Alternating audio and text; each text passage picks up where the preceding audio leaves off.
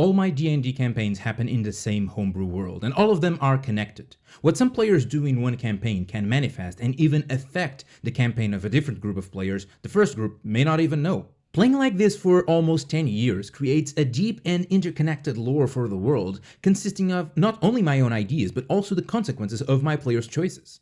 It's the lore of that world that I share with you in this series of videos, in hopes that you can take inspiration from it, something useful or exciting you want to implement in your own games. Today, I bring you the story of one of my world's strongest villains, Volsur, the Betrayer Devil. Stick until the end, and I'll tell you not only his story, but the design and the narrative purpose behind this concept.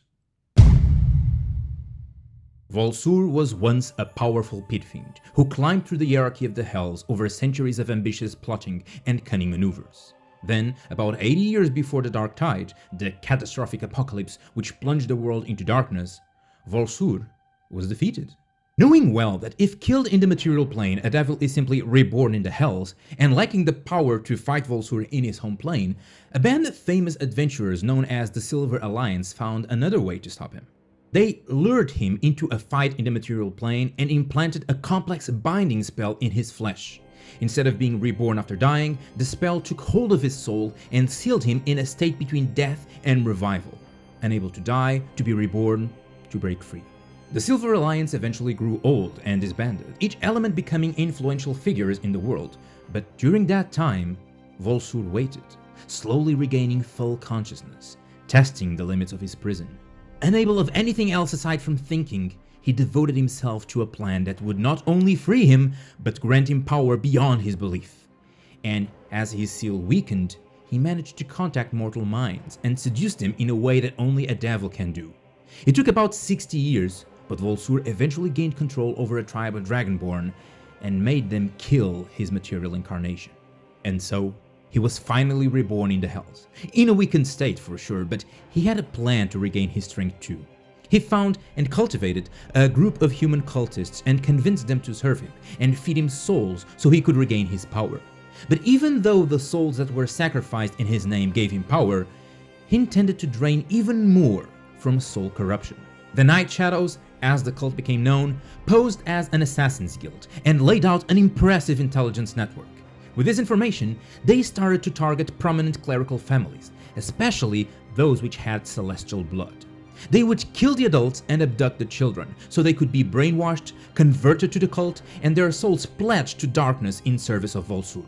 Over 2 decades, Volsur slowly regained his strength by corrupting those once holy souls. The turning point was the corruption of a particular Aasimar, Lothair and Lasur. Even after learning the truth about Volsur and his upbringing, and trying to break free from his control, he was forced to kill a priest of an ancient deity to save his friends from certain death.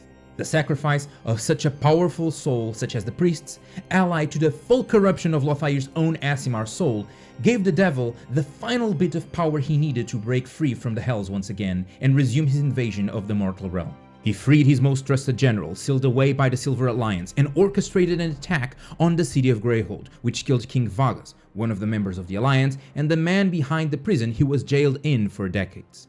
But Volsur's plans didn't end with a petty vengeance. He longed for more. Fully aware that the world was falling in disarray, he allied himself with the cult of the dragon, which was trying to free Tiamat.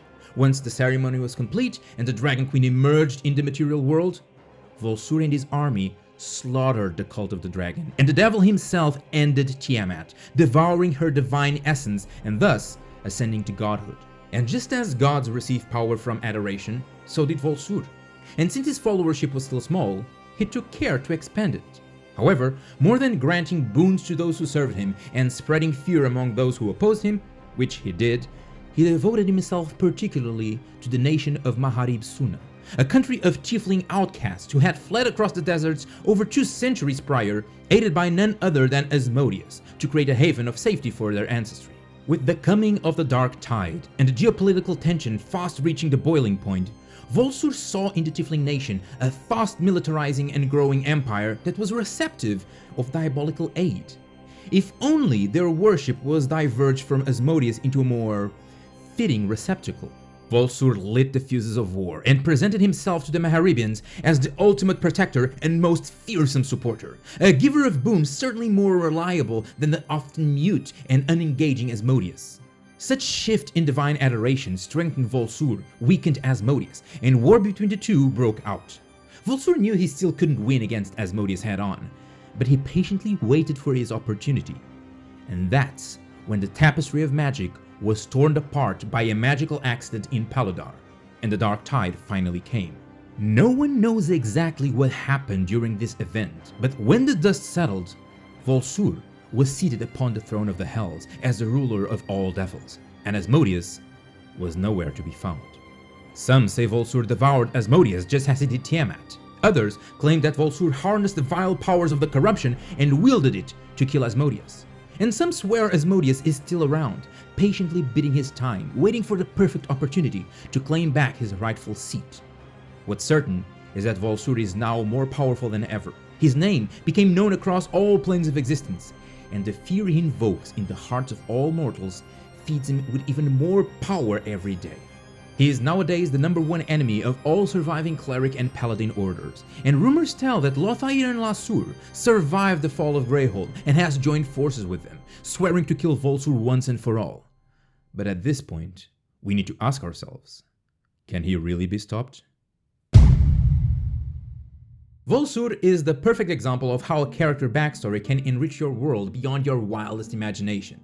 Lothair, the character I mentioned a while ago, was one of the player characters at my table, and most of Volsur's plan to regain his power came from that player's backstory. All I knew was that he was an Aasimar who thought himself to be human, who was stolen from his parents at a young age and indoctrinated into a cult of assassins who offered the souls they claimed to an evil entity.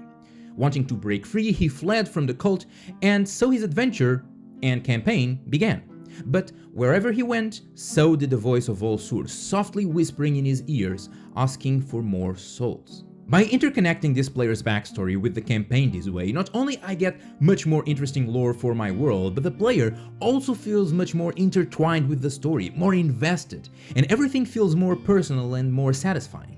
Furthermore, Lothair's concept was all about freedom and breaking free from the shackles imposed on him against his will. His purpose was to find his own way, freed from all the voices who controlled him.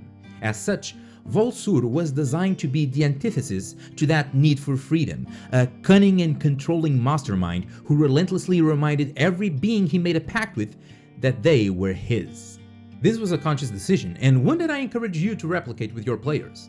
Whenever you incorporate villains from your character's backstories into the campaign, take some time to think it through and figure out how that villain opposed them in terms of goals, but also in terms of philosophy. That was what Volsur was meant to represent. The eventual victory of Lothair over him, which sadly never happened, would signify the true breaking of the shackles for Lothair, the victory over the puppet master. As the campaign progressed, the player started giving more and more relevance to Volsur. I actually didn't intend it for him to be such a powerful final boss for the story. That role was reserved to Mogas, whose video you can check right here or down below in the Underdark. But of course, I couldn't deny my players the right to determine their own path, especially when they were so excited about it. That's how his ambition and plan grew in scale and in consequences, and how Volsur came to be the character he is today. Ultimately, because the campaign ended after the 3rd arc at level 15, Volsur was never defeated. As such, I determined he succeeded in his plans. But the beauty of having an integrated world such as mine is that now he's another party's problem. None of this lore was wasted because he's still out there. This way, the story keeps moving forward, the history of the world is written automatically, and everyone becomes part of the creative process.